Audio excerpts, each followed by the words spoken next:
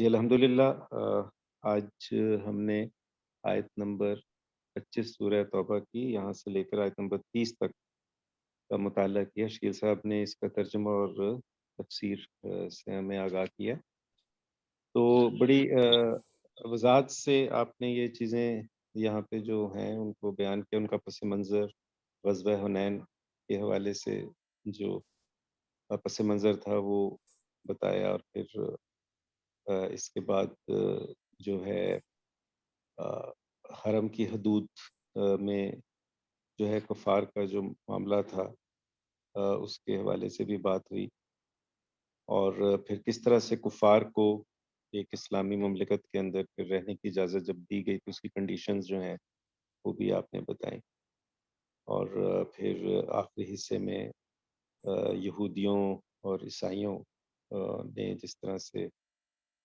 جو ہے وہ شرک کی جو ہے وہ انہوں نے حرکتیں شروع کی، حضرت یہودیوں نے حضرت عزیر علیہ السلام کو، اور پھر عیسائیوں نے حضرت عیسیٰ علیہ السلام کو جو ہے وہ اللہ کا بیٹا کہا۔ تو اس حوالے سے یہ بات ہی تو بڑی وضاحت سے ہو گئی، کافی چیزیں کلیئر ہو گئی ہیں۔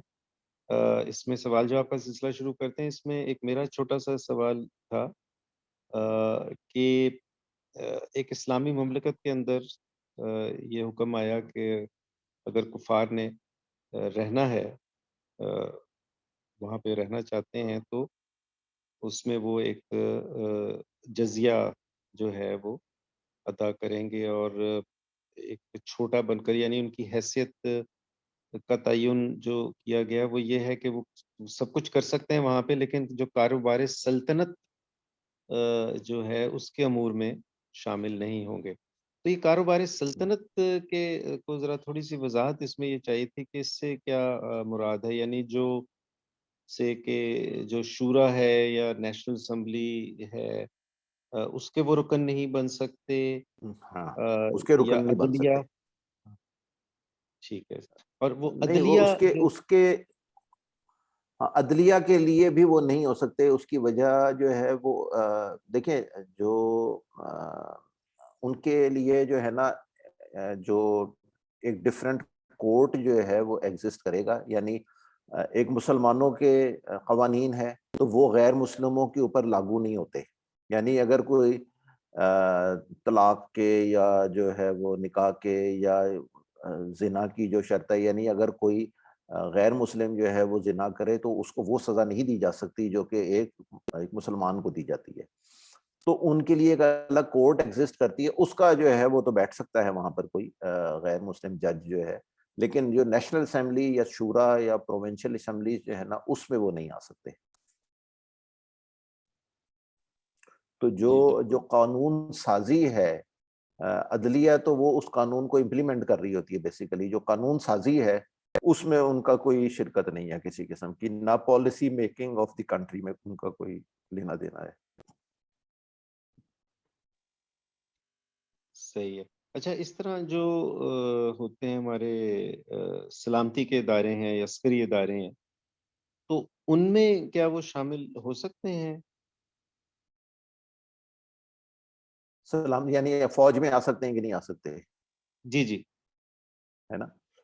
تو فوج میں جو ہے وہ اس سے پہلے جو جب مسلمانوں کی ریاست تھی تو اس میں غیر مسلم فوجی تو نہیں ہوا کرتے تھے، ٹھیک ہے؟ وہ صرف مسلمان فوجی ہی ہوا کرتے تھے، کیونکہ جب غیر مسلموں نے پھر غیر مسلموں سے ہی لڑنا ہے تو وہ مسلمان جو ہے نا، اب کانسیپٹ چینج ہو چکے ہیں آج کل۔ اب جو ہے نا کنٹری ایگزسٹ کرتی ہے، یعنی اب جو ہے نا وہ فوج حفاظت کر رہی ہوتی ہے کنٹری کی باؤنڈریز کی، اور وہ اس کا مقابلہ پھر جس سے بھی ہو، وہ مسلمان ملک سے مقابلے بھی ہوئے ہیں، یعنی ایران عراق کی بھی لڑائی ہوئی ہے، عراق اور کویت کی لڑائی بھی ہوئی ہے، اب سعودی عرب اور وہ یمن کی لڑائی چل رہی ہے۔ تو اب جو ہے نا وہ جو بال گیم ہے بالکل ڈفرینٹ ہو چکی ہے، سیناریو ہی ڈفرینٹ ہے۔ اس زمانے میں یہ تھا کہ مسلمانوں کا مقابلہ مسلمانوں سے نہیں ہوتا تھا، مسلمانوں کا مقابلہ جو ہے وہ غیر مسلموں سے ہوتا تھا۔ تو اس وقت جو ہے وہ یہ تھا کہ جی جو جب غیر مسلم سے لڑنا، یعنی اگر ایک ہندو آپ کی فوج میں ہے اور اس نے ہندو سے ہی لڑنا ہے، تو اور اس بیس پہ لڑنا ہے کہ وہ ہندو ہے، نہ کہ اس بیس پہ کہ وہ انڈیا کا رہنے والا ہے. اب سچویشن ڈفرینٹ ہے کہ میں نے پاکستان کی حفاظت کرنی ہے اور انڈیا نے حملہ کر دیا ہے یا وائس ورثہ ہے، تو انڈین سے لڑ رہے ہیں، چاہے وہ ہندو ہے یا سکھ ہے یا عیسائی ہے یا کچھ ہے. تو یہاں پاکستان میں بھی جو ہے وہ مسلمان ہے یا سکھ ہے یا ہندو ہے، تو اس نے پاکستان کی حفاظت کرنی ہے. تو یہ سچویشن ڈفرینٹ ہے. اس زمانے کی سچویشن جو ہے نا وہ ڈفرینٹ تھی. اب بھی جو ہے وہ اگر وہ والی سچویشن ایگزسٹ کرنے لگے کہ جی ہماری جنگ جو ہے وہ صرف غیر مسلموں سے ہو، اور اس لیے ہو کہ جی ہم نے وہاں پہ جو ہے وہ اللہ تعالیٰ کا قانون نافذ کرنے کے لیے جو ہے وہ ان سے جنگ کر رہے ہیں، تو جو ہے وہ یہ بالکل وہی والی سچویشن ہو جائے گی. تو اس میں جو ہے وہ ہندو سے جنگ اس لیے ہوگی کیونکہ وہ ہندو ہے یا سکھ ہے یا وہ عیسائی ہے. تو اس سچویشن کے اندر جو ہے وہ پھر کسی غیر مسلم کے فوج میں ہونا جو ہے وہ کوئی فوج کو کوئی فائدہ نہیں دے گا. تو اس لیے جو ہے وہ اس کا فوج میں اس کو نہیں رکھا جاتا تھا. ٹھیک ہو گیا جی، بالکل وضاحت ہو گئی ہے. اچھا، پارٹیسپینٹ میں کوئی سوال کسی کے ذہن میں ہے تو پلیز وہ کر سکتے ہیں. میرے پاس مزید سوال نہیں ہے جی.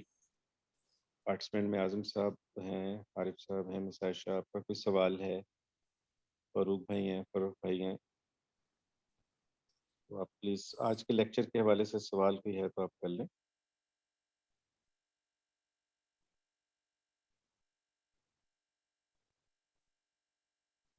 جی شکیل صاحب، مجھے لگتا ہے آج سوال نہیں ہے مزید کوئی، ٹھیک ہے. تو ہم یہ ایک چھوٹا سا سوال ہے جی، سوری، ہاں جی جی جی.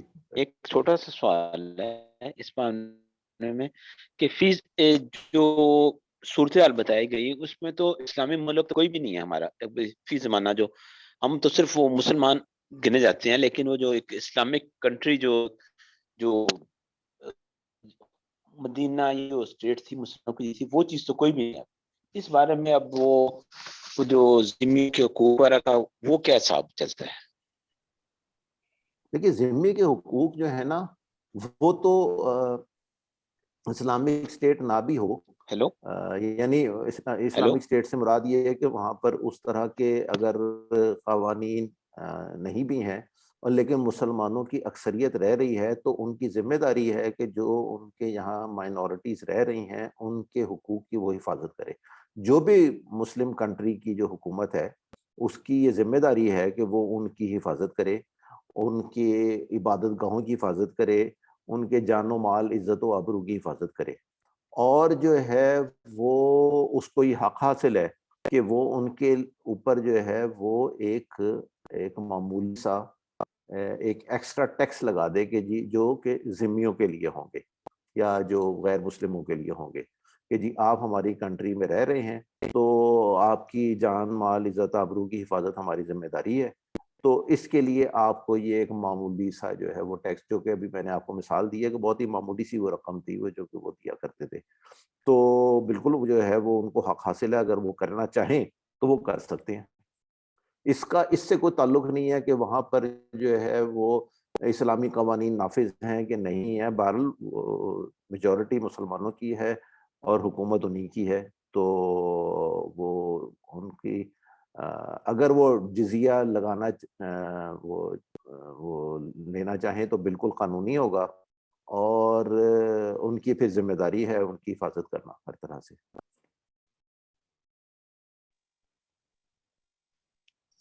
جی. اور کوئی سوال پارٹیسپینٹ میں کسی کا ہے؟